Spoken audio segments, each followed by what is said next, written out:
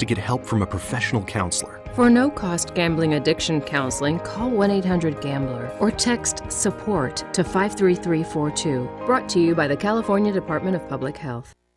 Looking for a new place to eat? Delicious food at a great value? The Tri-City Center in Redlands is proud to announce the grand opening of a fine new dining establishment. Terry's Diner, at the former location of the Spunky Steer in Redlands, is officially open for business daily from 6 a.m. to 9 p.m. with delicious, mouth-watering breakfast, lunches, and dinners. Treat yourself to Terry's tasty dessert menu, such as Terry's famous sundaes, banana splits, hot fudge cake, old-fashioned root beer floats, Frosties, cakes, and pies, too. You'll find weekly lunch and dinner specials, all under $10, including Angus steaks, burgers, Greek salads, pasta seafoods with wine and beer. Terry's brings years of tasty temptations from DJs in San Bernardino and Alta Loma. Join a new tradition in Redlands. Stop by at 1350 Industrial Park Avenue between Tennessee and Alabama in the Tri-City Center. Google Terry's Diner Redlands on Yelp or find them terrysdinerredlands.com.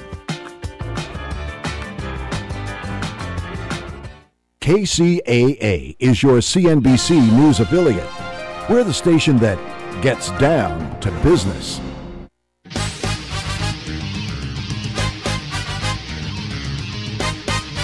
And now, ladies and gentlemen, it's time for the greatest real estate investment show ever. Here's the flip-flop investor himself, Todd Bayer.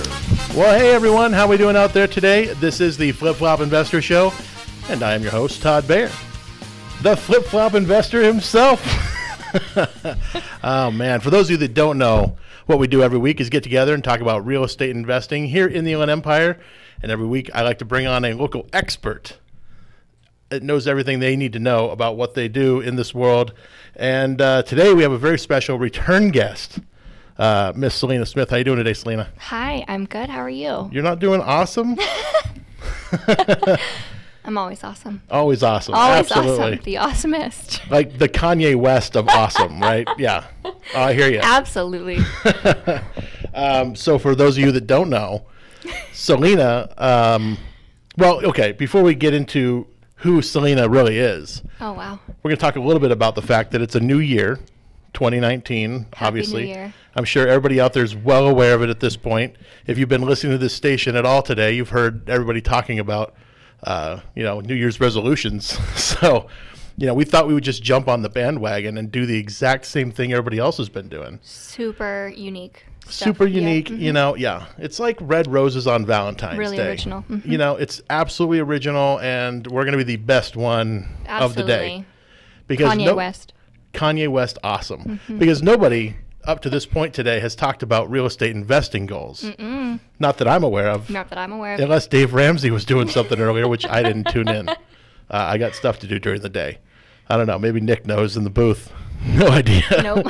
Nobody listens to Dave Ramsey. No, I just got here, man. Oh, okay. You mean you don't listen when you're not here? Yes, of course. What are you talking about? I just missed today's. Probably Don't in the get him shower. fired. It was Don't in the get him shower. fired. Yeah. Yeah, exactly. At some point, you got to take care of your personal hygiene, right? Yeah. Okay, so goal setting. Goal setting. It's actually, we talked about it last year in January because it's a very common thing people talk about, and especially in real estate, because a lot of people kind of get into the business. They see like the shows on TV and they think, I can do that. Like I should just jump on it and start flipping houses or something, because it seems so simple on TV. And, it's not. It's not simple. I've been doing it a long time and it's still not simple. I might make it look easy to some people, but it's not simple. There's a lot of issues that come along with it that you probably have no clue even exist. Yep. So goal setting is important. For a lot of people in this business, goal setting involves a monetary goal. Yes. Yes, so it does. Selena, you've been in kind of in growth. You've been like one of the few people that have been involved in like our whole entities, like everything. You're involved in like the entire organization. Yes. So you see like our organization from the top level, and for those of you that don't know, yes, Selena, she does all the books. She's basically like the controller for all of our, all of the companies, all the entities. So Selena has a big responsibility, and it's a lot of money moving around. That's just how it is in real estate. It's not like we're doing little $10 deals here and there. Nope. So goal setting financially is a big deal in real estate because, people come into this, they want to replace an income or something like that. Yeah. And, I feel like that's the most common one is like, I want to quit my job, make this full time and stuff, especially like, I'm noticing like the demographic is a little bit older or like, you had to have like the young entrepreneurs who are like, I'm going to try something cutting edge, right.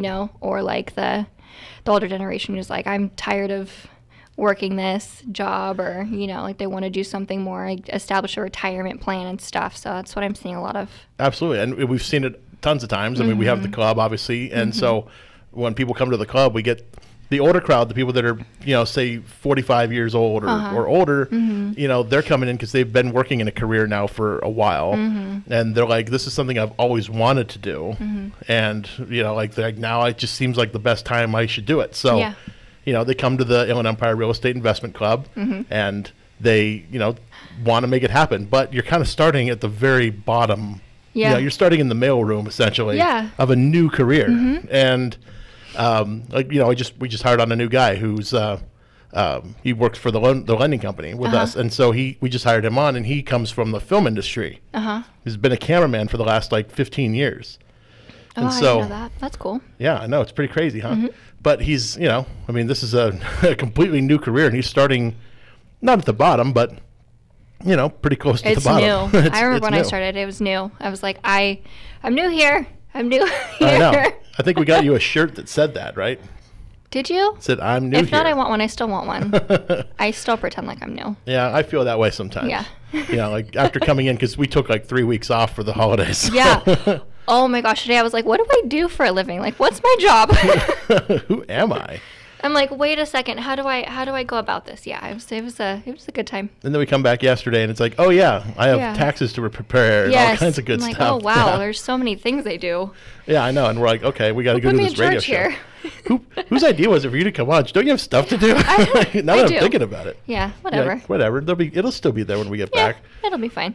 But so financial goals for people, like you said, the younger people that come to the club, they're like, they heard from somewhere that, all the richest people in the world have real estate. And so they're thinking, and this is smart. It's a very smart move. I'm not knocking them at all because I got started when I was young. So there's a lot of younger people that come, and they're like, very fat behind the ears or whatever you want to call them. They're very excited, and they want to, they want to make it happen. But it's, it's ignorance on fire. Yeah. Oh my gosh, yes. And it's, I love these guys. They're great because, they come in with all the energy, and I'd love for that energy to stay. But it's like those people that start working out at the first part of the year. They go to the gym and they just push it as hard as they can. And then a week later, they're just completely kaput, out of energy. And I guess the goal setting thing is where this all kind of ties together. Yeah. Because without your goals, you have no idea what you're setting out to do. Yeah. And, it's tough in a new business because if you don't know what this business entails, you're not going to know what to set your goals on. Yeah. So we're here to help you guys today. Yep. Help you set some goals. And Selena takes a unique approach to goal setting. I do. You do. Which you tend to make your goals more of like you start out with a personal, a personal type of goal. So you'll take a word, right? Yes. Now you got to explain this one to me because I don't do this. It's definitely unique. Like most people will have I want to lose 10 pounds, or I want to fix my credit, or start a blog or buy a house, or they have resolutions and stuff. I normally pick a word for my year that's sort of something that I want to work on, or something that I want to sort of define what I do. So for 2018, my word was intent. So everything that I did had a purpose. It had to serve a purpose. And I would have serve with intention, just these little sayings that kind of kept me organized and focused on what I want to sort of work on, to sort of remind me and stuff. So this year is gratitude and humility. So you picked 2 words for this year. I did. I feel like I can take on a little bit more, So you like that back there? Yeah. So, because we all need to sort of work on things that I feel like in your personal life and in business or anything really, there's always room for improvement.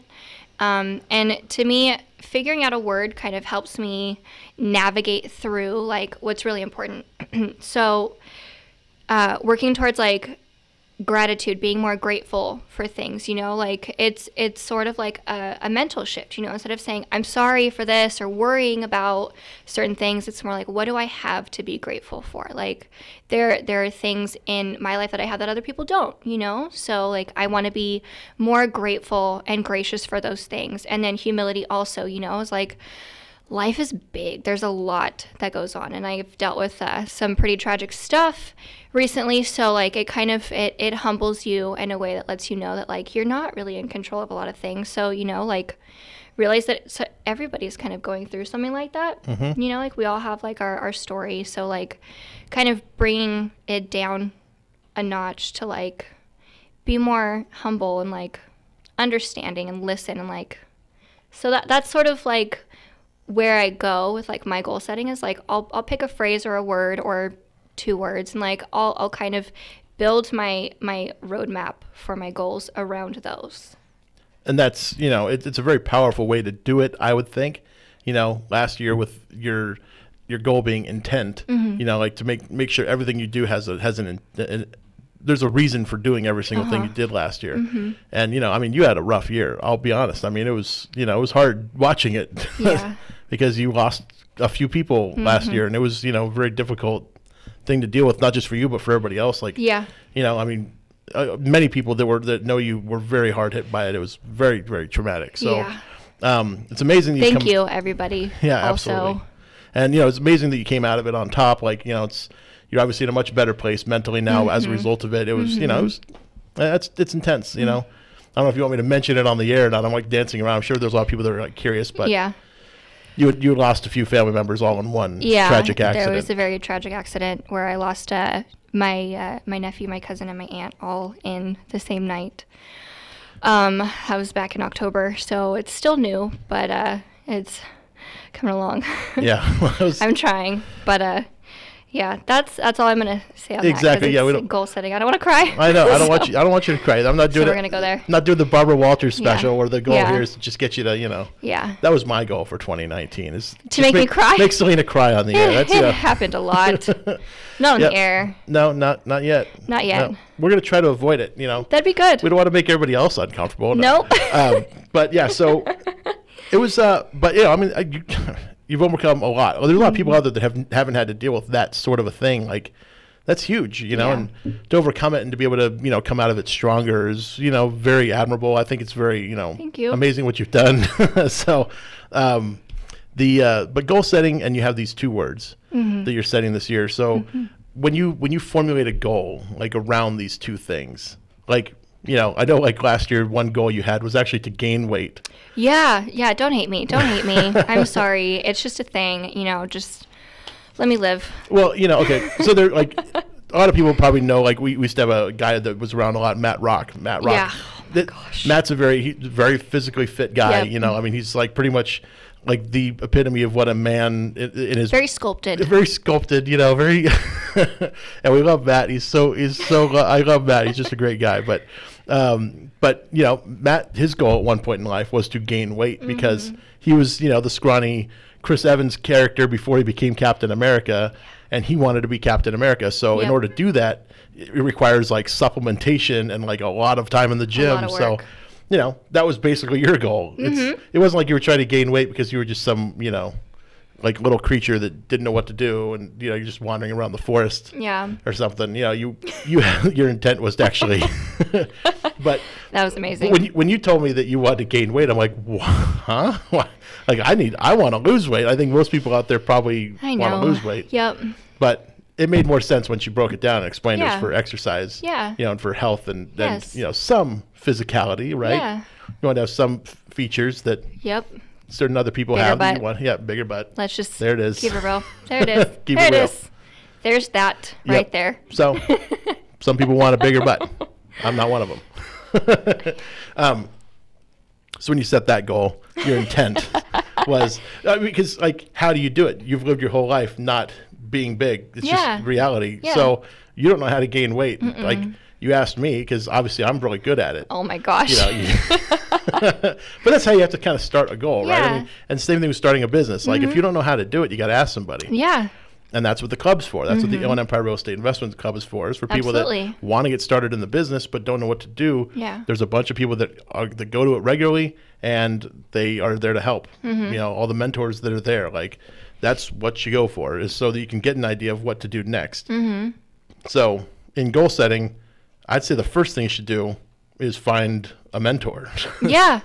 No, seriously. Like, I mean, when, like, with the gaining weight, like, I don't know what I'm doing. So I sought a personal trainer, it's like, they're gonna teach me. And like with intention, like if you don't know how to do something, you need to find somebody who's going to be able to help you.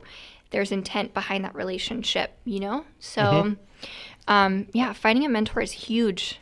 Yeah, and my advice for gaining weight was not the healthiest. It was like drink diet soda. Oh yeah, you told me to eat sugary stuff all the time. Lots of pizza. Lots of sugary foods and meat. Yeah, sugary meats. That'd be a sugary great way. meats. Yeah, that's what you told me. Yep, sugary meats. I did it.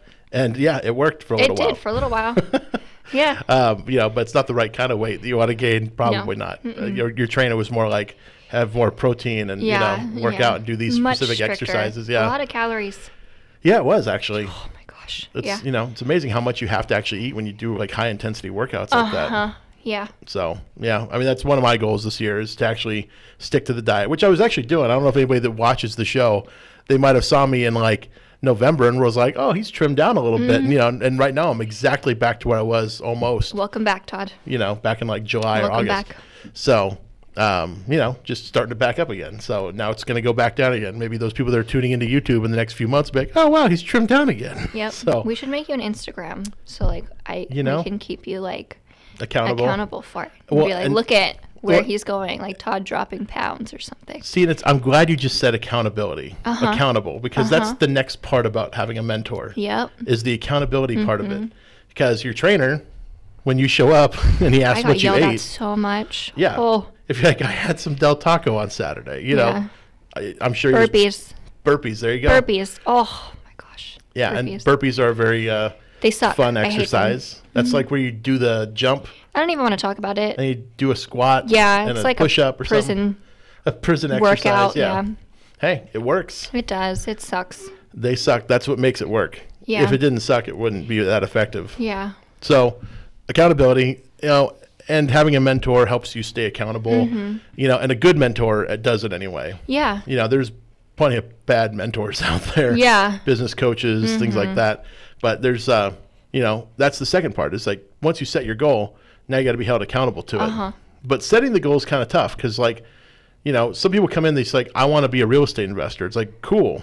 How do you want to do that? Yeah. Like there's lending. There's like fixing and flipping. There's buying and holding.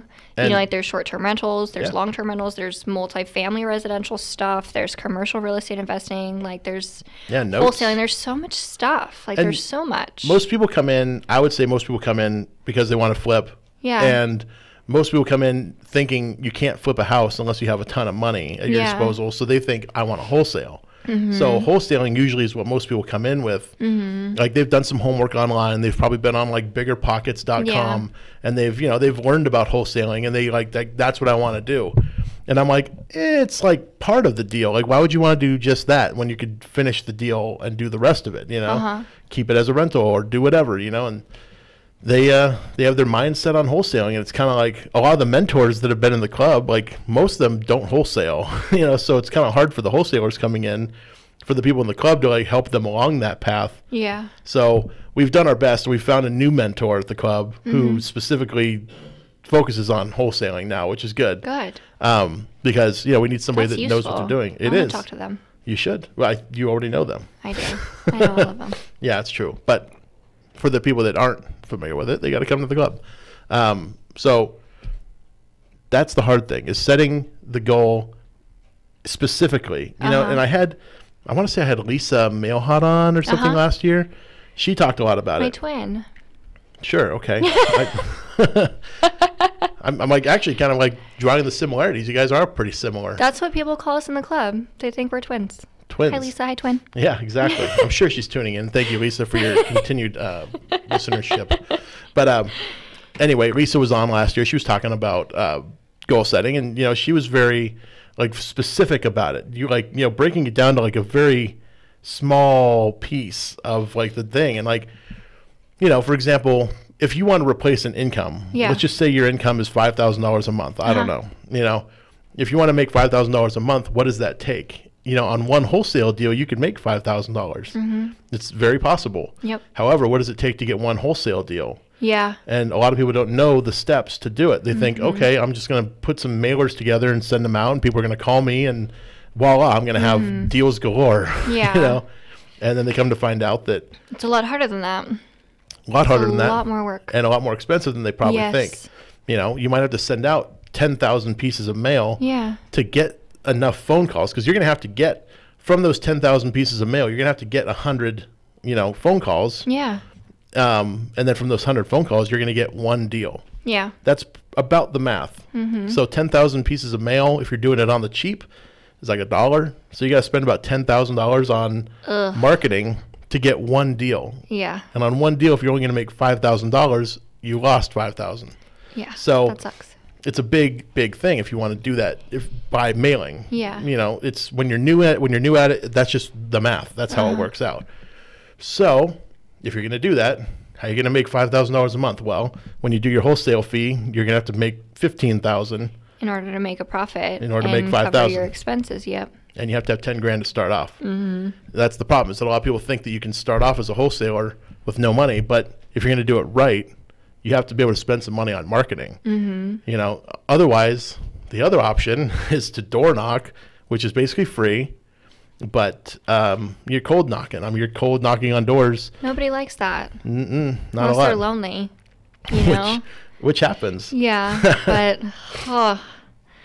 yikes, door knocking. Yeah. Have you ever been? Yes. Who'd you go with? Yes, I went. Me and Sienna, my daughter. I have a 5-year-old daughter. Okay. I have a horror story. Okay. And I never did it again. We got to hear it. Okay, so we went door knocking. Whereabouts? Like what city? I want to say it was the city of Paris, California. Okay. So it's a good one. It's a great spot. Yeah, I've done plenty of deals in Paris. Oh, yeah. But it was a default that I got a lead on, and okay, these people had defaulted on their mortgage. Yeah, and it was this man and his 2 kids, and his kids answered the door, and I was like, "Hi, is your mom or dad home?" And I had my little business card, my little pamphlet that kind of explained what I was gonna do and stuff like that, and like I handed it over to him, and I was like, "I understand that like you defaulted, and like you're facing foreclosure. I want to help you. Like that's what we do." He yelled at me, threatened me, like ran me off of his property with I think she was 3 at the time, my 3-year-old daughter. It was terrifying. And I was like, nope, I'm done. I don't care. I don't want this. I'm never doing this again. Nope, I don't care. I'm done. So yeah, that was one of my first and last attempts at door knocking. Yep, that's it's not uncommon. I've heard of that same thing happening, and it's not just to women, it's happened to men. Like it's when people default on their mortgage, a lot of times they're in denial about the fact that they're going to lose the house. And it's it's embarrassing for a lot of people, you got to take that into account. Yeah, well, there's a lot of people that don't know that when you get a foreclosure, when they file that notice of default, it becomes public information, and everybody that has access to that information knows it. And they show up on lists. You're going to get a bunch of people showing up at your door. You're going to get mail. You're going to get phone calls from people that want to buy the house. These are other real estate investors. And like it's strategic too. Like you don't just get those mailers saying like, oh, like facing hard times for no reason, right. And it's funny because I've seen some of these pieces of mail that these people get. Like I'm like, who does your marketing? This is terrible. Yeah, they're kind of bad. Some of them. Yeah. And so, but it happens, and it's, foreclosures were the tough ones to deal with. The easier ones to deal with, at least in my experience, have been people that just have an extra house. Yeah. That's an inconvenient thing for them. Yeah. Maybe it's something they inherited from mom and dad, and, it's just a house that's vacant, and they live out of state. Like, those are the easy ones. They're like, look, I just want to get rid of this thing, and I'll take whatever you can give me, And I'm like, this is the best I can do. But that's how we make our offers. We're always making our best offer first. Yeah. So, a lot of people work on the lowball theory, and they make a lowball offer and try to negotiate from there. But We don't do it that way. No. It's a waste of time. Negotiation wastes a lot of time in a deal. It does. So we can just say, this is the best we can do, and we close. Yeah. And that seems to work pretty well. People like the honesty. Yep. Some people, they want to be told that they're going to get their full price for their home, and then later on realize they're not getting full price. Yeah. Because full price is very different when you're talking to an investor. Yeah. But anyway, that was it's a crazy story. Yes. Door knocking. But that's another way people go about doing it. So, but you still got to knock on like 100 doors. You have to make contact with 100 people. Yep. And if you're knocking on doors, like 1 out of 5 aren't going to answer. I'm sorry, 4 out of 5 are not going to answer the door. Yep, they really don't. Because they have a peephole and they're like, I don't know who this person is. I'm not going to answer. Yep. You can hear music in the house, the TV going. You can even hear somebody breathing at the door because they're looking at you through the peephole. But yeah, they're not going to answer. They're not answering because they don't know you. So I do it all the time. I avoid everybody unless you're like the pizza delivery guy. I don't talk to you. Yeah, I know. Or the DoorDash person. Yeah. Yes. But those are important. Or Amazon. Amazon's a good one. But you can't even tell it's Amazon sometimes. They're just dressed in regular street clothes. Yeah. I'm like, wear a shirt or something. Like hat. they show up in like their Corolla. I'm like, okay, cool. I know. I kind of like it. I like the model. Thanks, Jeff Bezos. But it's also kind of weird. Like, you're just answering the door to a stranger that I didn't know was coming. Yeah. It'd be different if it was like DoorDash where you get a text or something. Yeah. It says Amazon's coming right now. They're pulling down your street. I don't know. Something you guys can work out in the future. Yes. Amazon. Because they're listening. Yes, they are, as they should be. But if they want to improve their business, they should be listening. They should be. If they want to invest in real estate, they should be listening. Yeah, setting goals. Yes. Improve your business, Amazon. Yes. So what was I saying about that? It was something awesome. Accountability. That wasn't going back there yet, but I was getting there. Okay. That's where I left off after we trailed. Oh, knocking on doors, 100 doors.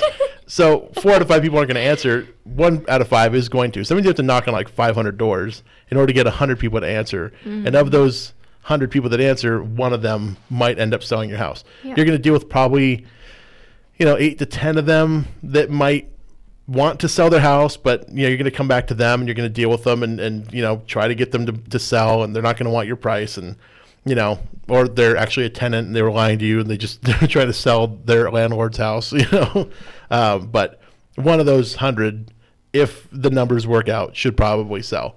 That's not a guarantee, obviously. That could be much more than that, but it's free. It just takes a lot of time.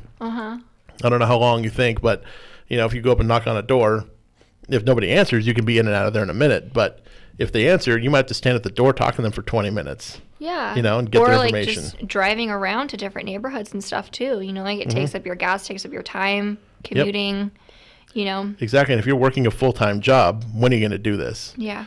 So when you're setting your goal, it's like, I need to, every single week, I need to knock on, let's just call it, if you say it's 100, if I need to talk to 100 people a week in order to get one deal a week. Yeah. Okay, let's just call it a month. Yeah. Like 100 a week is for somebody that's doing it full time. Yeah. But if you're doing it every month, 100 people a month means you got to be talking to 20 people, like a week. Yeah. 25 people a week.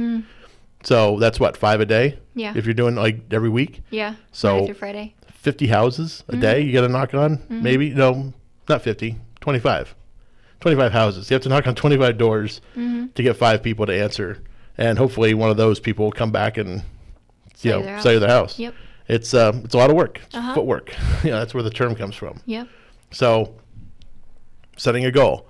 You want to like make it very specific. Like I'm going to knock on 5 houses a day or 25 houses a day or whatever the number comes out to be, if that's what you want to do. So but it's hard to know that. It's hard to know what to set. It is, which is why I feel like you really should take advantage of your mentor and make sure that you have somebody who knows what they're doing. Because, there's a lot of stuff that you don't know, and like unless you're sitting down and you're Googling and YouTubing and talking to a ton of different people and like you're self-motivated, like it's really hard to get all of the information, like real experience that somebody who does it all the time will be able to give you.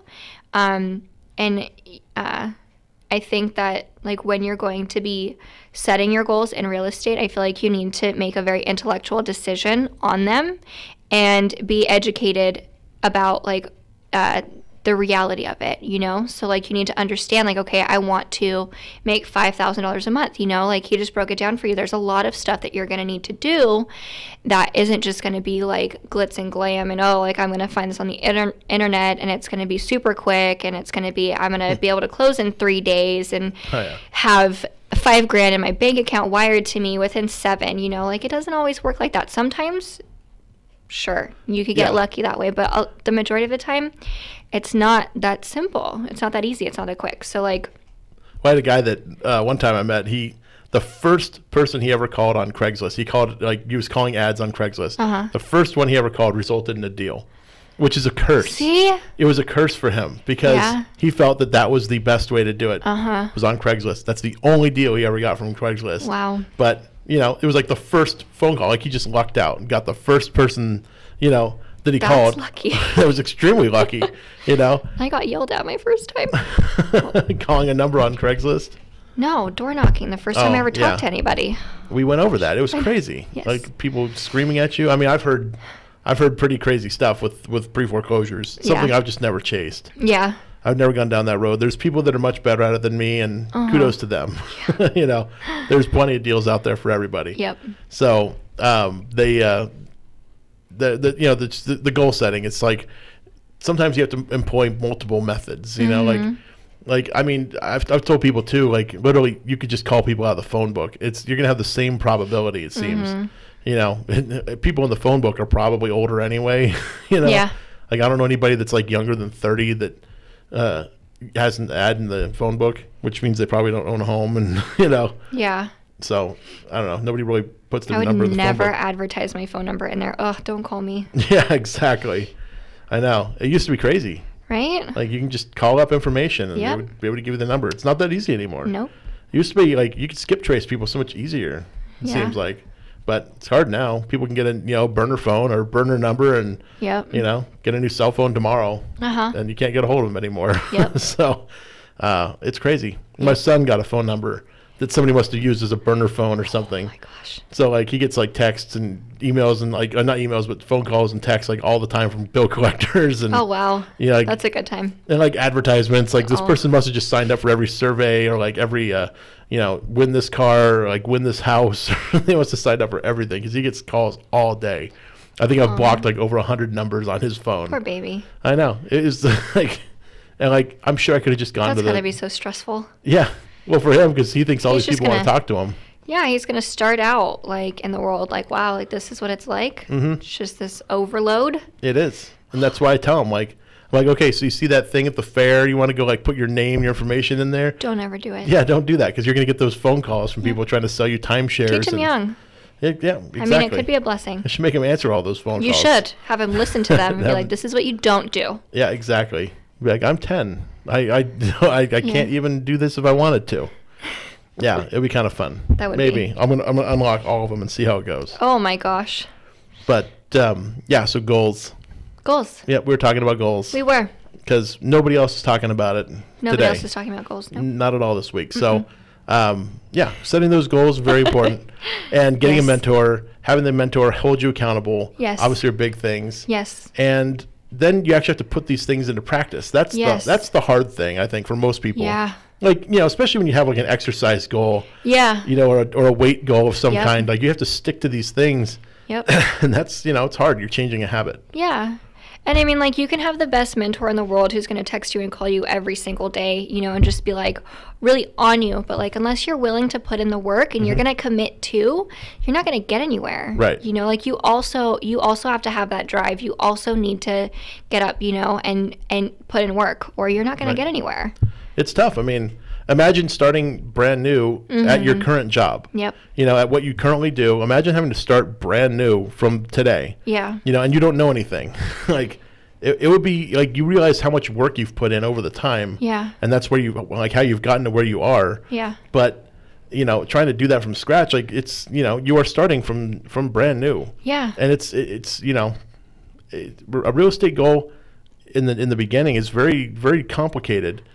You know, it's so easy to say I want to flip a house, but it actually requires a lot of effort, a lot of work. Yes. A lot of, you know, a lot of frustration. Oh yeah. You know, I mean, you're going to get told no, like a lot, a ton. You're going to get yelled at. You're going to get lots of things. These happen, you know. Not everything's going to go perfectly from point A to point B, you know. Yeah, and you know, it's obviously a very rewarding career. I mean, I love it. I love real estate. I'm going to do this forever. But you know, there's people out there that they can't take it. You know, they can't take the pressure and everything like that. So they kind of get involved. They're really excited and like pumped up about it for like a month or two, and then it gets hard and they're not getting any deals, and they're so willing to walk away. But you know, you have to keep that drive. It's a long process. It is. Like you need commitment and patience. And setting smaller goals sometimes. You know, like, okay, I want to replace my income. Great. You'll probably be at that point in about 5 years. Yeah. You know, like that seems to be about the average. Yeah. Where you can actually quit your job and like do this full time. Yep.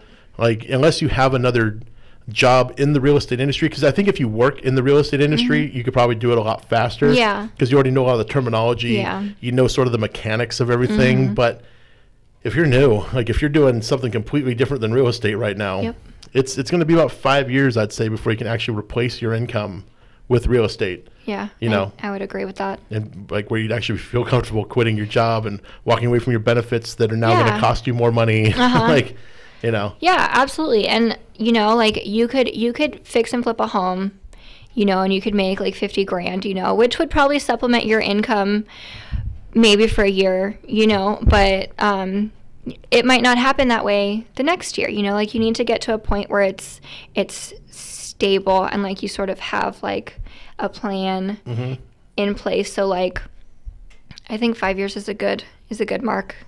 Yeah, it is. It's realistic. It is. I mean, you know, we've seen it time and time again. People come in, you know, like people that have started out, like let's see, we started the club in 2014 and here we are in 2019. Like there's some of the people that were coming in the beginning that are like, they've stuck with it and like they're just now coming into their own right now. Dude, yeah. Some of them are doing really good. They actually are. Like now that I'm thinking about it, because it's going to be 5 years this year that we've had the club going. So yeah, I know. It's crazy. That's it. That's kind of like a milestone. It is.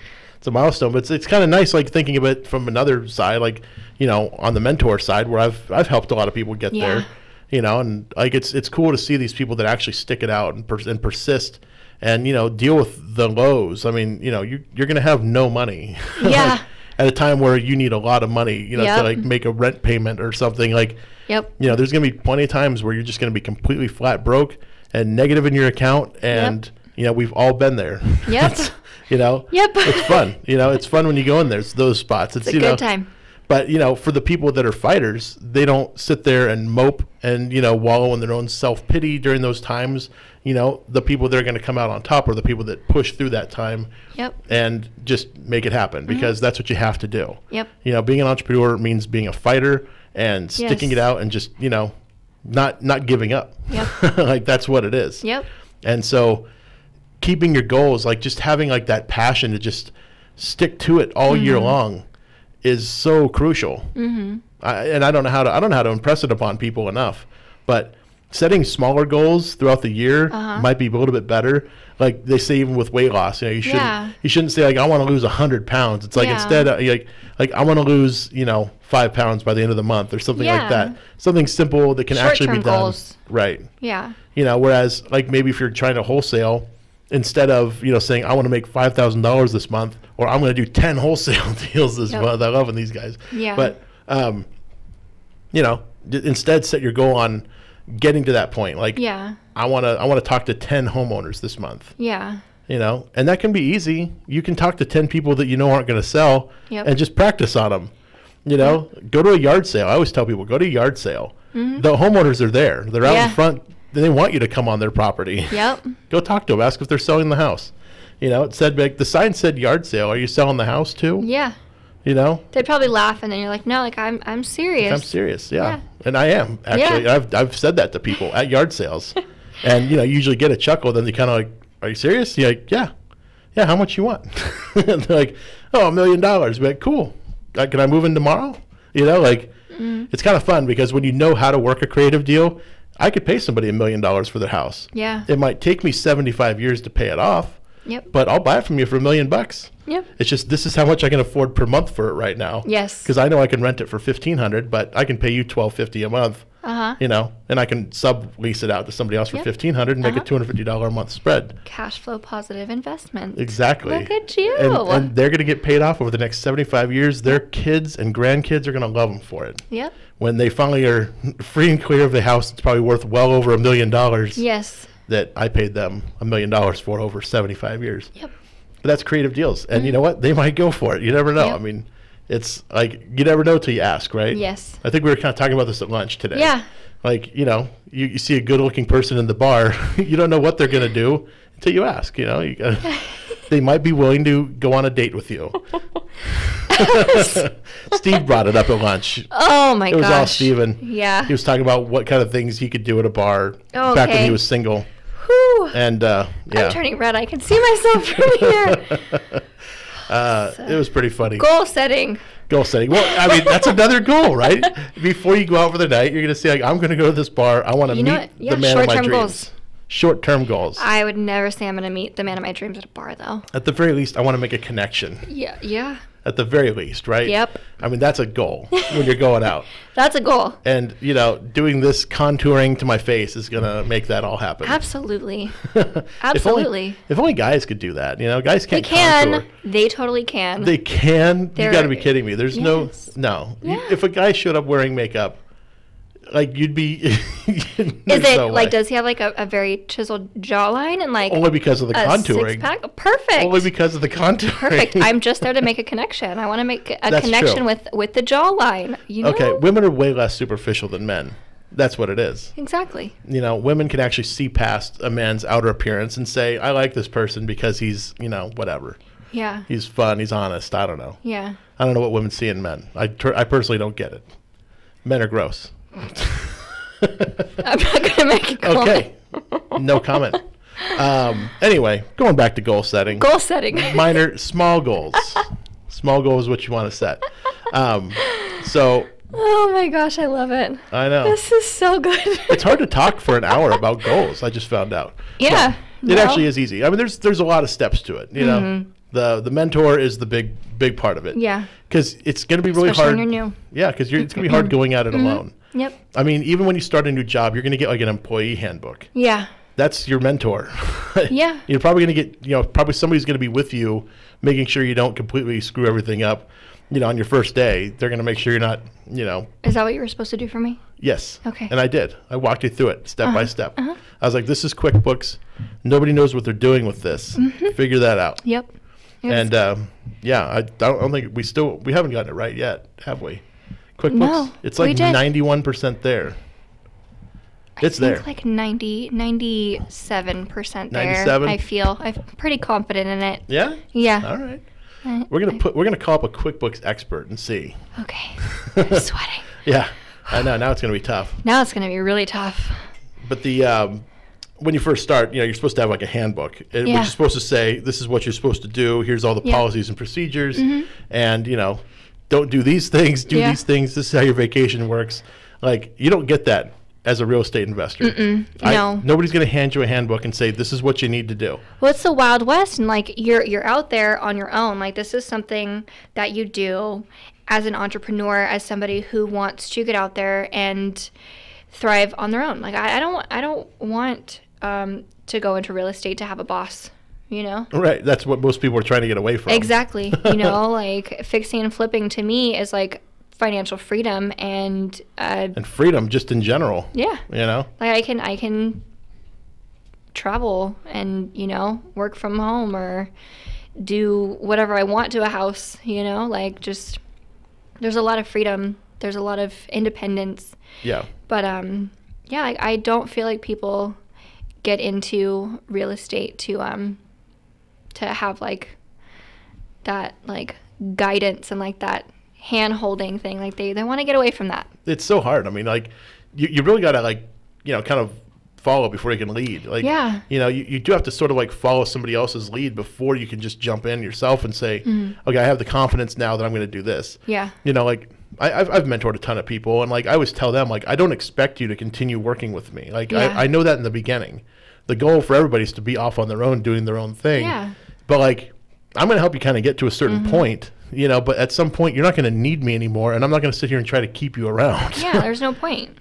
Yeah, like I'd rather focus on the next person, and you'd rather focus on yourself and go off and do your own thing, which you should. You know, like it's very liberating. It's awesome. I've been gainfully unemployed for like 14 years now. Nice. You know, so like I haven't had a job. I haven't had a boss. It's been, you know, it's been very awesome. Yeah. You know, it's been Kanye West awesome.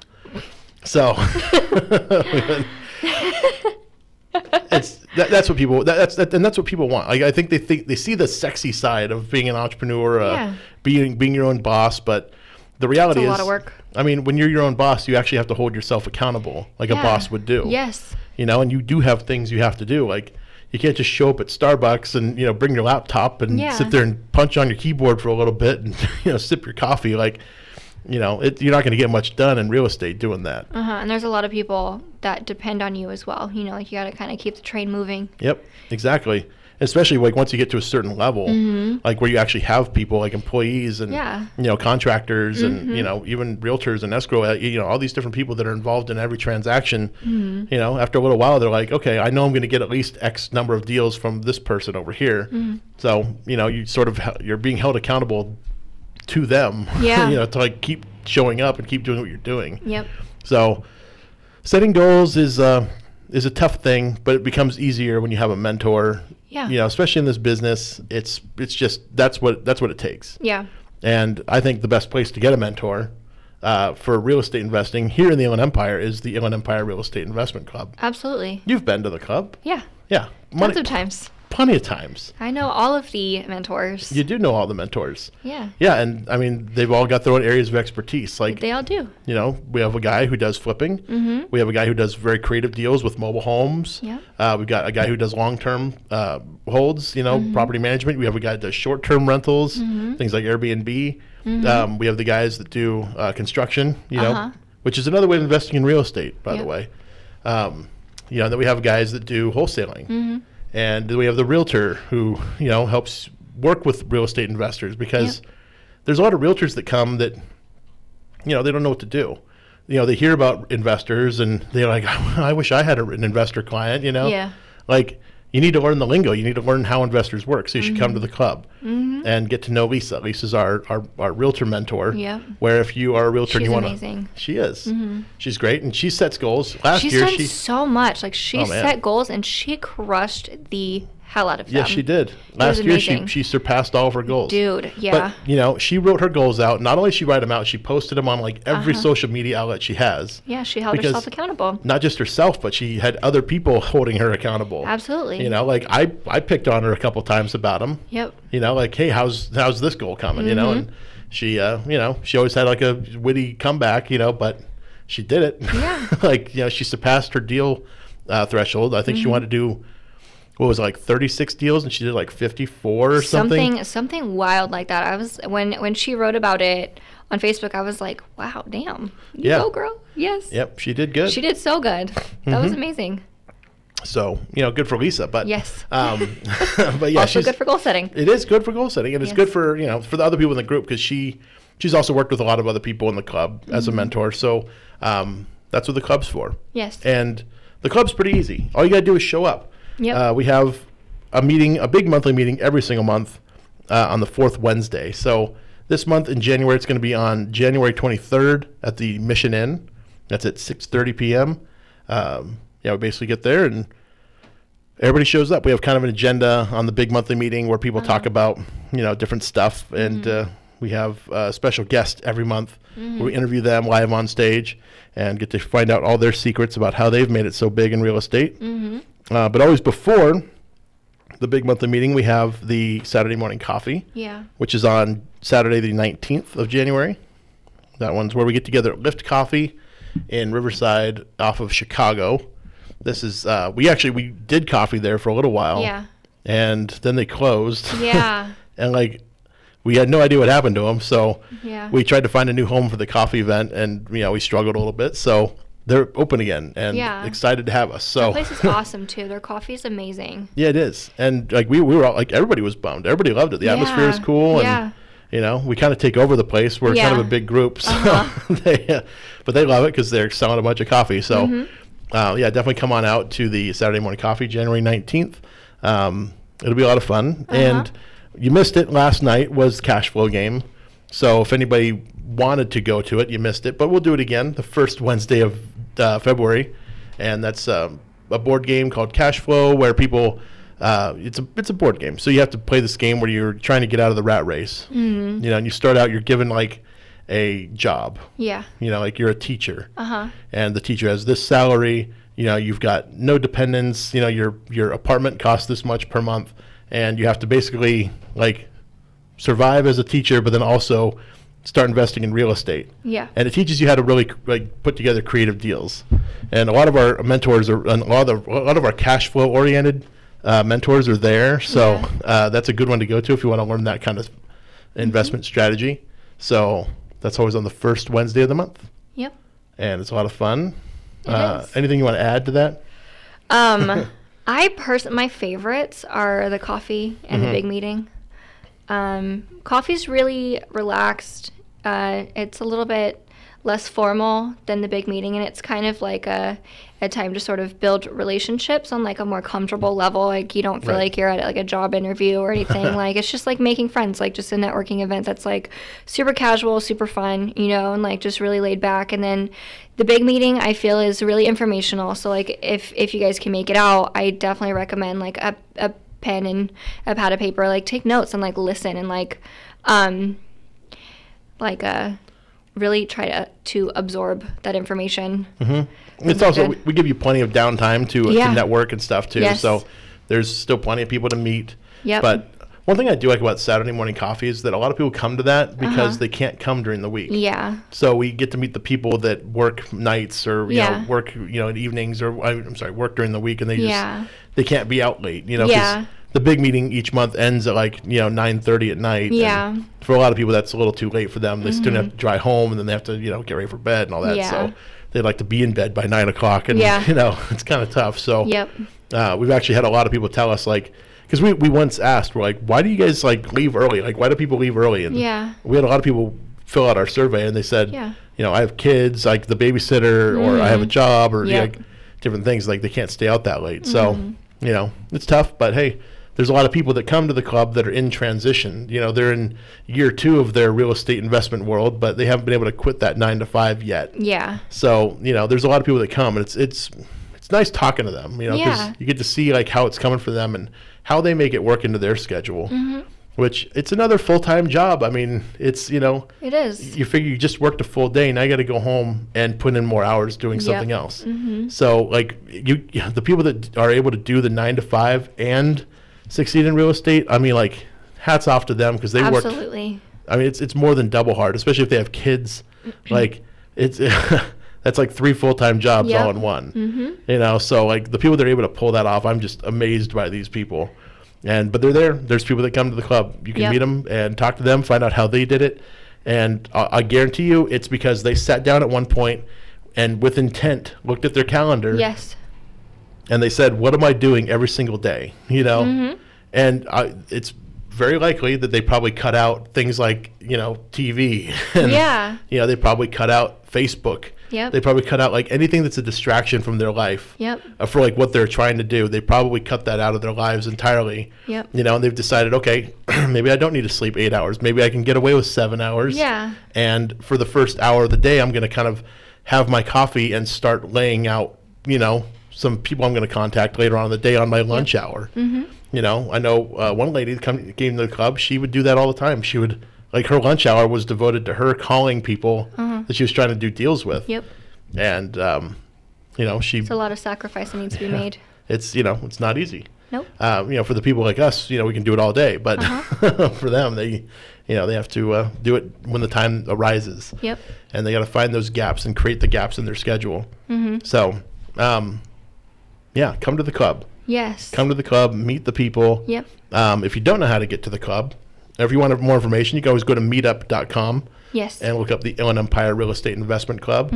That's where all the information is. It has all the upcoming events on there, all the dates and times. You can see who all the members are, and you can also send direct messages to people on there, and Yep. it's it's great. We have a big community. Yes, we do. So, any final thoughts about goal setting? I feel like my takeaway from this whole conversation and what really needs to go into your goal setting is intent, commitment, a mentor, guidance, I guess, structure, Okay.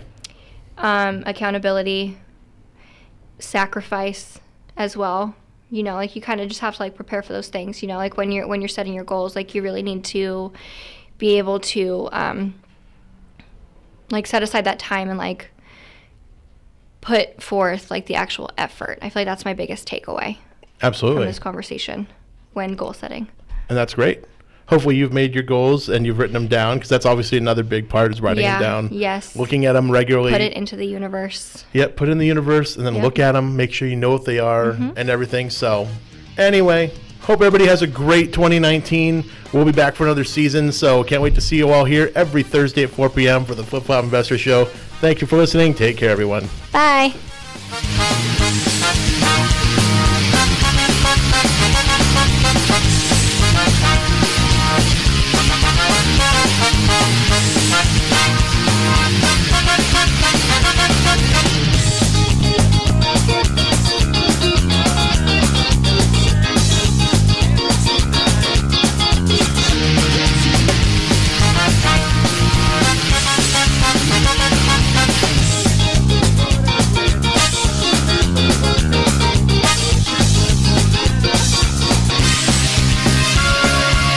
KCAA Loma Linda, 1050 AM, 106.5 FM, and now